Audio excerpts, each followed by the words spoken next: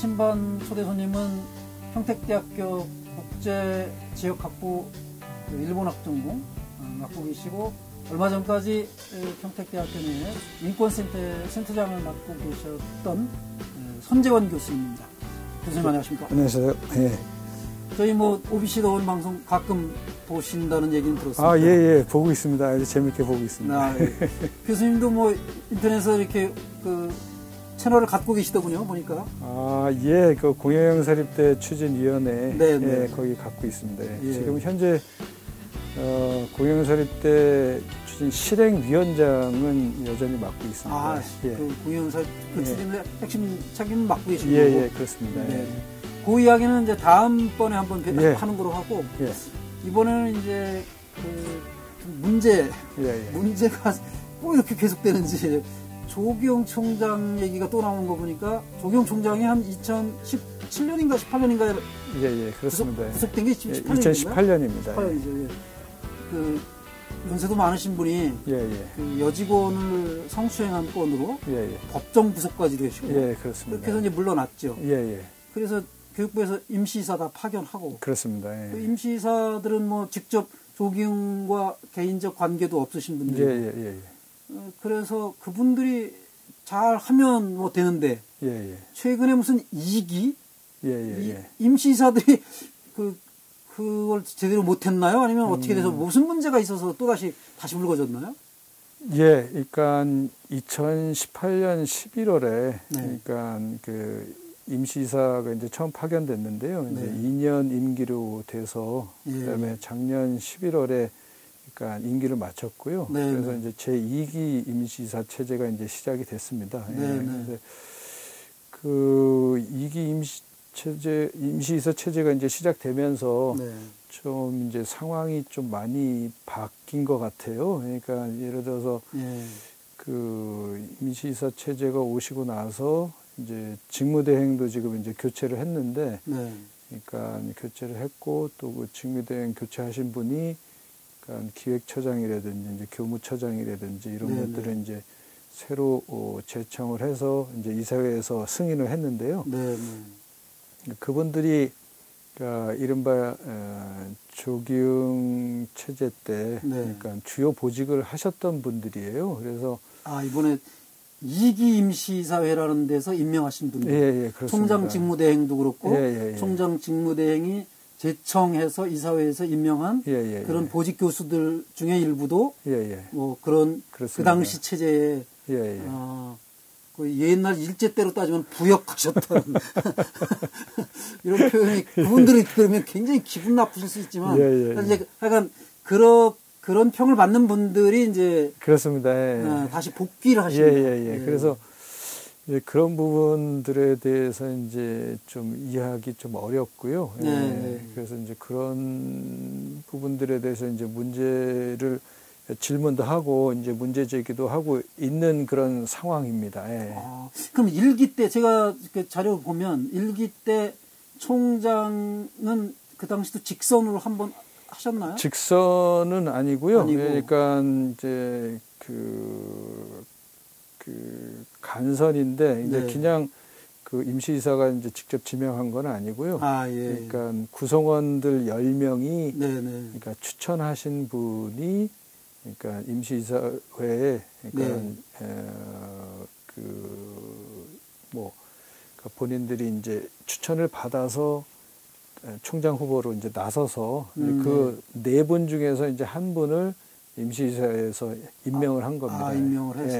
그렇습니다. 그럼 그분이 이제 한참 진행을 해 오시다가 작년인가 올 총각 그렇습니다. 작년입니다. 벌써 작년인가요? 그 문제가 무슨 전임 교원들에게 급여를 많이 줬다? 모르겠지만 그런 어쨌든 내부의 그 총장 수행 과정에 있어서 이제 충분히 이제 납득하지 못할 그런 그 처리들이 몇 개 있어서 그렇게 알고 있습니다.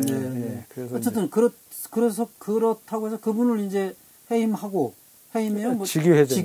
직위해제하고 후임 직무대행을 그 1기 이사회에서 또 임명도 하시고. 맞습니다. 직무대행을 임명했는데 바로 2기 임시이사회가 와가지고 이 바로 규정을 뭐 정관을 바꾸고 예, 그렇습니다. 그래서 바로 임명된 직전 임시이사회에서 임명했던 분을 그냥 날려버리고 그렇습니다. 예. 새로운 분을 임명을 했는데 이분이 이제 조경 전 총장 시절에 뭐 책임을 맡고 있던 분. 주요 보직을 하셨던 분입니다. 교무위원을 하셨어요. 교무위원. 예. 그때 언론에 보도된 걸 보니까 지금 현재 이 2기에서 임명받으신 그 총장 직무대행 이분이 그 당시 조경 총장 자녀분이 교수도 채용되어 계신가 보죠? 예, 그분은 이제 나가셨죠. 이제. 그 당시 문제가 돼서 나갔나요? 그것도 이제. 그때 채용위원으로 계셨던 분 중에 그렇습니다. 분이라고? 그렇습니다. 그러니까 지금은 이제 없을 정도로 그 당시 문제가 돼서 이미 나간 분을 채용할 때 채용 위원들 중에 한 분. 인사위원 중에 한 분. 인사위원 중에 한 분이. 그분하고 이제 기획처장도 인사위원 중에 한 분이죠. 예. 기획처장 중에. 조기영 씨 따님이 그러니까 2017년으로 기억을 하는데 그때 들어올 때 그때 이제 인사위원을 해서 이제 그 부분을 가지고 지금 현재 재판이 진행 중에 있습니다. 그 현재 임명비리 건으로. 임명비리 건으로. 네. 그래서 재판은 아직 안 끝나고 진행되어 있지만 그 따님은 이제 교수직은 그렇습니다. 그만두신 거고. 그러니까 제1기 임시이사 때 이제 그 사립학교법이 좀 이제 문제가 되는 거는 이제 그 임용 비리가 있다 하더라도 당사자는 그냥 그 징계 처리가 되지 않는 해임이 되지 않는 그런 좀 문제가 있습니다. 그런데 그러니까 그거를 진행했던 그 인사위원이라든지 이제 총장이라든지 관리 책임자에게는 그러니까 징계 처리를 해도 그 당사자에 대해서는 안 하는 부분이 있는데 이제 그게 제1기 임시이사들이 그러니까 그 새롭게 그거는 굉장히 이제 모순적인 부분이 있다. 그러니까 임용하는 과정에서 문제가 있으면은 그 당사자도 그 책임을 져야 되는 게 당연하지 않겠느냐라는 그동안의 여론을 반영해서요. 그 교원 관련된 그 규정이 바뀐 게 있습니다. 시행령이 바뀐 게 있습니다. 그래서 이제 그 시행령을 제 임시이사회가 적용을 해서 그게 아마 전국적으로도 이렇게 직접 적용해서 그 당사자를 해임시킨 거는 그렇게 많이 최근에 생긴 거기 때문에 없었는데 이제 그걸 해서 그분 이제 그 조기영 씨 따님이 교원소청위원회에 제소했는데도 거기서도 패소를 해서 돌아오지 못해서 그러니까 그분하고 그 또 따님이었던 이제 법인 사무국장을 했던 그분도 이제 해임이 됐고 자기 누나죠. 이제 누나의 채용 과정에서 면접에 참여했던 그 동생 그때 당시에는 이제 기획처장을 했었었는데 기획본부장이죠. 구체적으로. 조경 아드님. 그래서 그러니까 아버지 아들 언니가 그러니까 그 면접에 이제 들어가는 상황이었거든요. 그래서 이제 그분들이 이제 전부 지금 일단은 그 이 학교에서 나간 상태입니다. 가족은 다 나갔네요. 가족은 다 나갔습니다. 그럼 1기 이사회는 그런 대로 처리를 했어요? 그 직후에 굉장히 그거는 정말 가족들은 명확하게 이렇게 처리를 했고요. 근데 이게 그 이후에서부터 이제 외부에서 보면은 굉장히 이제 학교가 이제 시끄러워졌다, 문제가 있지 않느냐라고 하는데, 그러니까 일반적으로 이제 사립대학에서 그 임시이사 흔들기라는 표현이 있습니다. 그래서 그러니까 그 임시이사들이 그러니까 제대로 적폐를 청산할 의지가 있는 이사들로 구성될 경우에 그러니까 뭐 그 적폐 세력들 그다음에 그 뭐 교육부 관련자들도 그러니까 거기에 이제 동조하는 그런 사람들들 이런 사람들이 연계를 해서 그 임시이사 흔들기라는 걸 많이 하는데 예를 들어서 그러니까 상지대 같은 경우에 이제 잘 많이 들어보셨겠지만 거기는 그 사학적폐 청산 의지가 있는 임시이사들이 들어오시더라도 거기도 몇 번씩이나 임시이사 그렇죠. 흔들기에서 다시 김문기가 다시 오고 다시 오고 그런 네. 상황입니다. 그래서 네. 그걸 이제 임시이사 흔들기라 그러는데 네. 그러니까 제가 파악하기로는 물론 이제 그거를 했던 분들이 이제 그런 의도가 없다 하더라도 결과적으로 네. 그런 임시이사 흔들기가 돼서 계속 불안정한 이제 그런 2년을 보냈다라고 저는 판단하고 있습니다. 예. 근데 지금까지 말씀 들어보면 뭐 학내 구성원들이나 교수회나 뭐 이런 데서 지역사회에서 야 임시이사에게 뭐 적폐를 청산을 했더니 적폐들과 같이 놀아나고 있네 뭐 이런 그러니까 그런 비난을 받는 사람들은 아니었는데 그럼 도대체 그걸 그 사람들을 갈아치우고 다시 하는 일을 딱 보면 그 적폐 세력이 살아온 느낌을 딱 주는 그런 일이 벌어지는 이기 이사회는 도대체 어떻게 구성이 된 거죠? 그래서요. 이제 그거는 이제 제가 아주 뭐 구체적으로 다 알지는 못하는데요. 그 지금 이제 현재 이사장님은 이제 경희대 교수님을 하고 계시고요. 그분하고 그다음에 이제 교육부 이제 사립대학 정책과에 그러니까 정책과장님이 계십니다. 이제 그분하고 두 분이 오래전부터 아는 사이라 그러시더라고요. 그래서 이제 그 뒤에 알아봤더니 그 지금 현재 임시이사장님이 서울 경인 그 입학처장 협의회에 회장 하실 때 그 지금 현재 이제 교육부 관리들과 당연히 뭐 회합도 좀 할 테고 그래서 그때서부터 한다고 그 첫 모임을 했었을 때 공식 모임을 했었을 때 오히려 그 이사장님이 그런 말씀을 하시더라고요. 그래서 그런 관련이 있고 더 구체적으로는 실은 2017년이면 이제 조기웅 씨가 권력을 아직 잡고 있을 때였는데요. 그때 그리고 이제 교수회가 그 족벌 경영 체제를 이제 몰아내려고 아주 한참 이제 노력할 때였는데 그때 그 박백범 그 교육부 전 차관, 그러니까 작년 12월까지 차관하시던 분인데 그분이 그러니까 대학평의원회라는 게 있습니다. 그거는 이제 대학교의 이제 국회 같은 거죠. 대학평의원회는 이제 내부 구성원들 대표가 오기도 하고 거기에 이제 두 분은 외부에서 모시거든요. 근데 그분은 이제 당 총장이 임명하게 돼 있는데 그 중에 외부위원 중에 한 명이 그 박백범 전 차관이었습니다. 그분이 그때 당시에는 이제 세종시에 있는 고등학교 교장 선생님이었는데 그때 이제 1년간 왔었었는데 그분이 한 5번인가 회의가 있었는데 한 번 딱 참석을 하셨어요. 근데 보통 이제 대학평의원회 같은 경우에는 어떻게 보면 권한이 강하다 그럴 수도 있고 강하지 않다라고도 할 수 있는데 대부분 이제 예산의 그러니까 심의기구는 아니고 자문기구입니다. 자문기구고.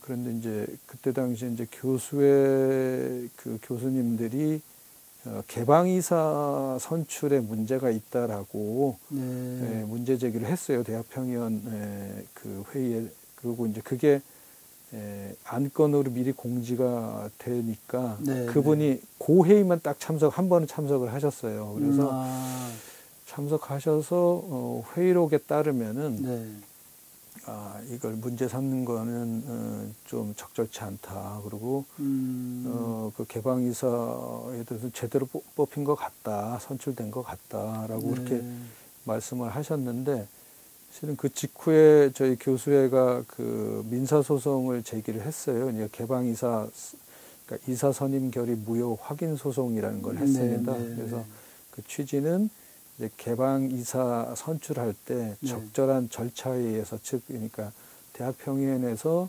그러니까 개방이사 추천위원회라는 거 만들고 그다음에 이제 거기서 선출했어야 되는데 개방이사 자체가 그 임명으로 된 거기 때문에 선출이 아니라 그러니까 개방이사 추천위원회를 통해서 추천을 하고 이런 절차를 거쳤어야 되는데 그러니까 그거를 저희가 이제 문제를 삼았는데 결국에는 저희가 승소를 했거든요. 예. 승소를 했고, 네. 그걸 기반으로 교육부가, 여기 이제 개방이사 선출에 문제가 있다 그래서, 네. 최종적으로는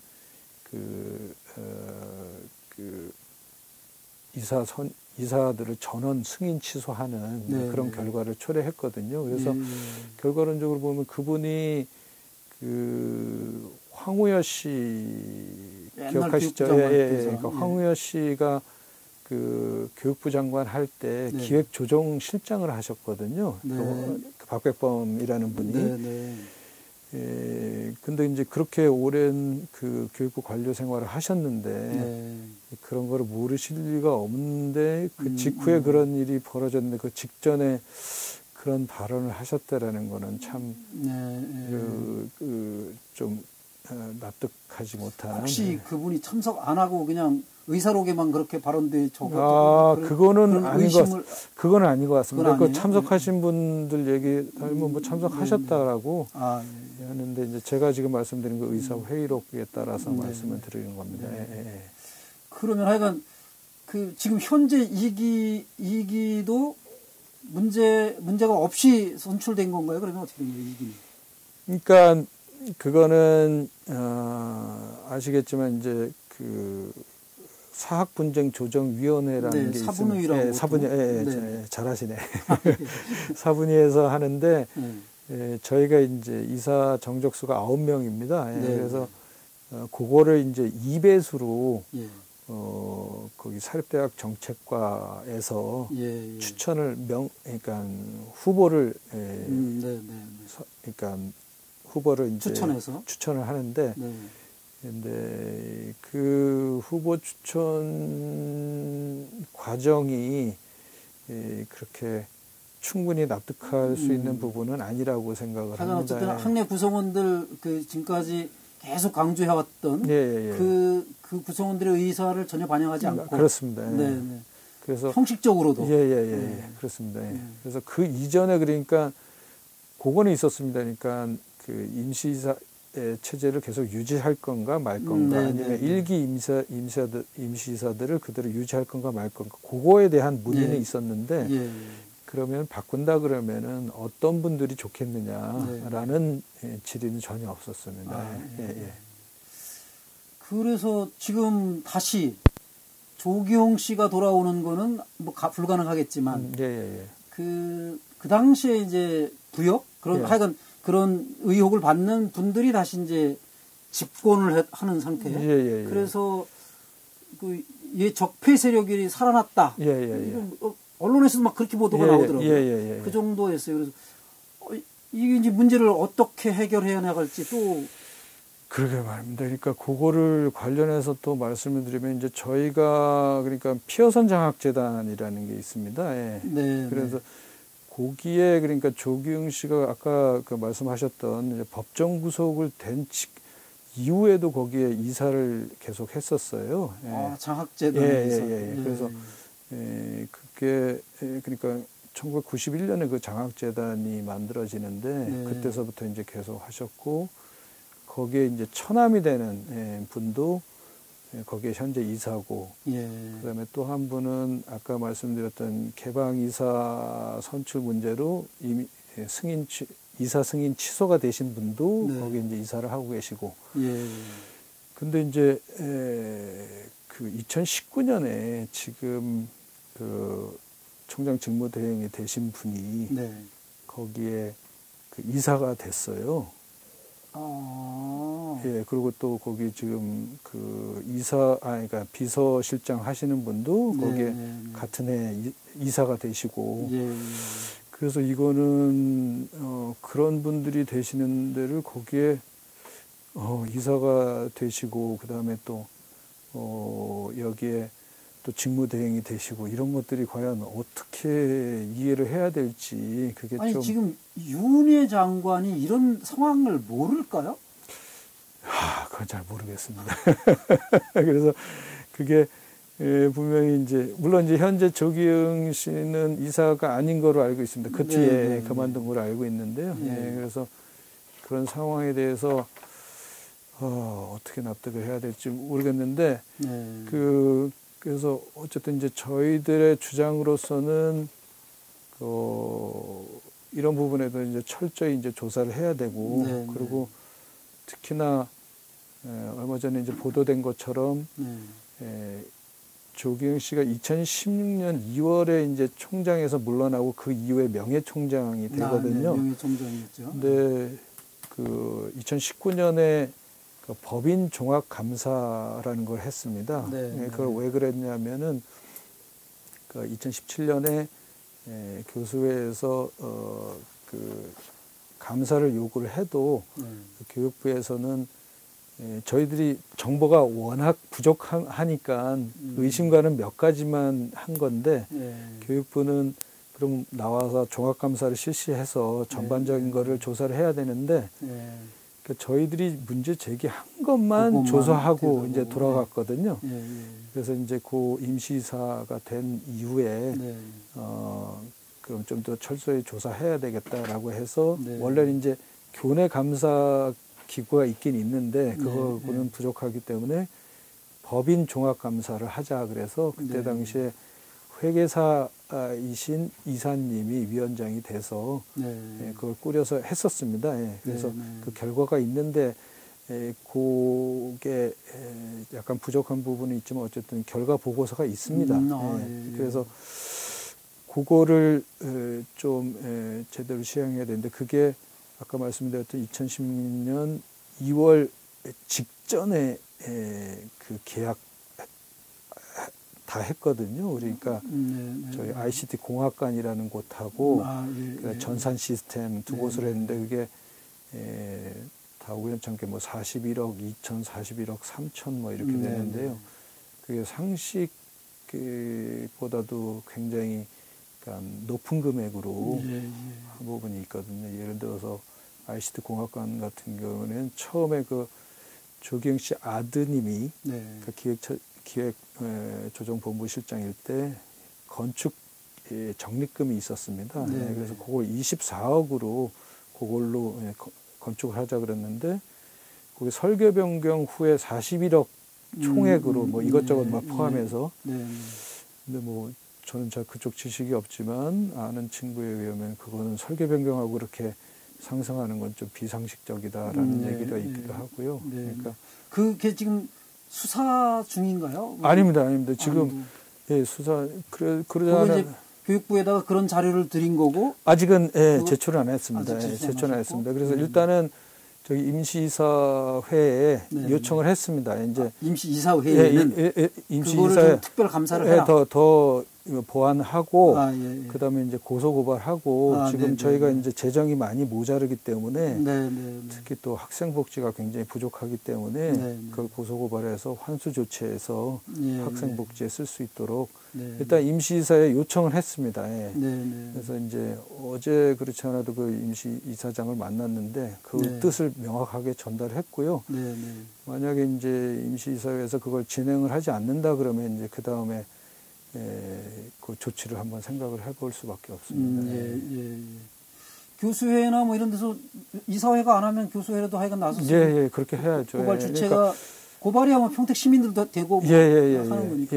그래서 그게 그러니까 어느 언론에서 직접 저기 사립대학 정책과에 전화를 했다 그럽니다. 이게 이런 지금 교비 횡령 의혹에 대해서 어떻게 생각하냐 그러니까 그 근거만 있으면은 조사를 나오겠다라고 했다 그러니까요.